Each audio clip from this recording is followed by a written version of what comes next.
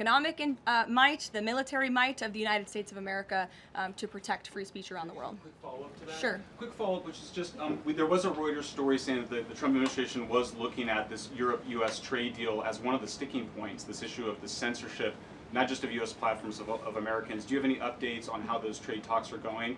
And I also wonder if the president is concerned about NATO membership. NATO membership requires that you be a democracy and you have free speech.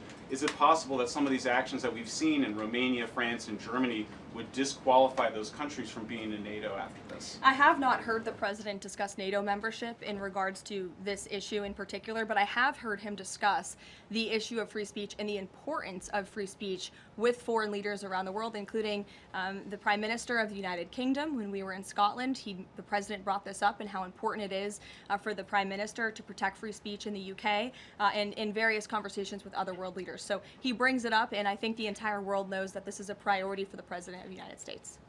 Gabe. Thank you, Caroline. Regarding the Israeli strike in Doha, how much time or how much of a heads up did the U.S. get, and does the president support the strike? Sure. Well, I have a statement to read for all of you with respect to the Israeli strike in Doha, and here it is.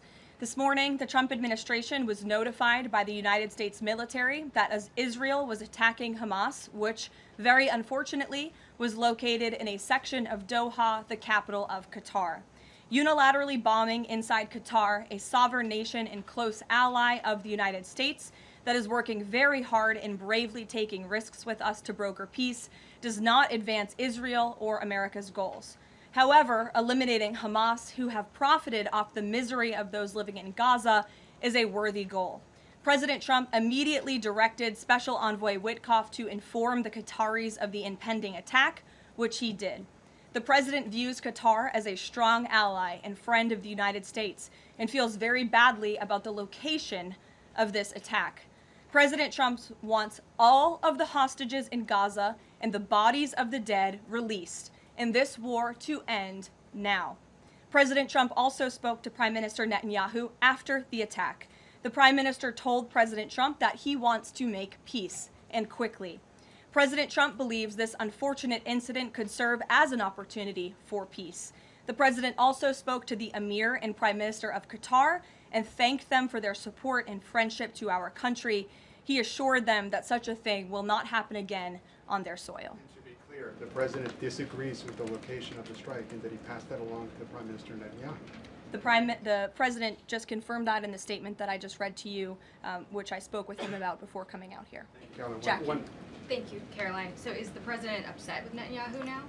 The president made his thoughts and concerns about this very clear, and he spoke again both to Prime Minister Netanyahu and also the Emir and the Prime Minister of Qatar after this attack. And the president has always made it very clear that he wants peace in the Middle East, just like he sought that and accomplished that in his first term.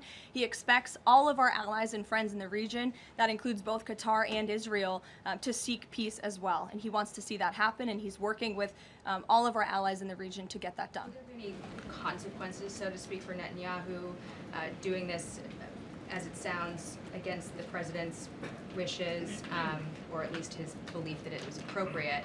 Is there going to be any directive from the president to Netanyahu in terms of what's allowed in the future? And also, is there any concern this could jeopardize the Abraham Accords? Look, that's a decision only the president can make. With respect to your first question, to answer your second question, as you heard from the president, he said he believes that this can serve as an opportunity for peace, and he's still actively and aggressively pursuing it with all of our allies and partners in the region. Jennifer. Just to follow up on that, Caroline, are you able to say how often the president spoke to the Prime Minister of Israel before this? Because that's one question. And then what did he mean on Sunday when he posted, "I've given my last warning to Hamas," etc.? He wasn't talking about this strike on Doha? No, he was not. As I told you, the Trump administration was notified by the United States military that Israel was attacking Hamas, and the president spoke to the Prime Minister after the attack, as well as, again, the Emir and the Prime Minister of Qatar. And I know Secretary Rubio and Special Envoy Witkoff were present for that call with the Qataris as well.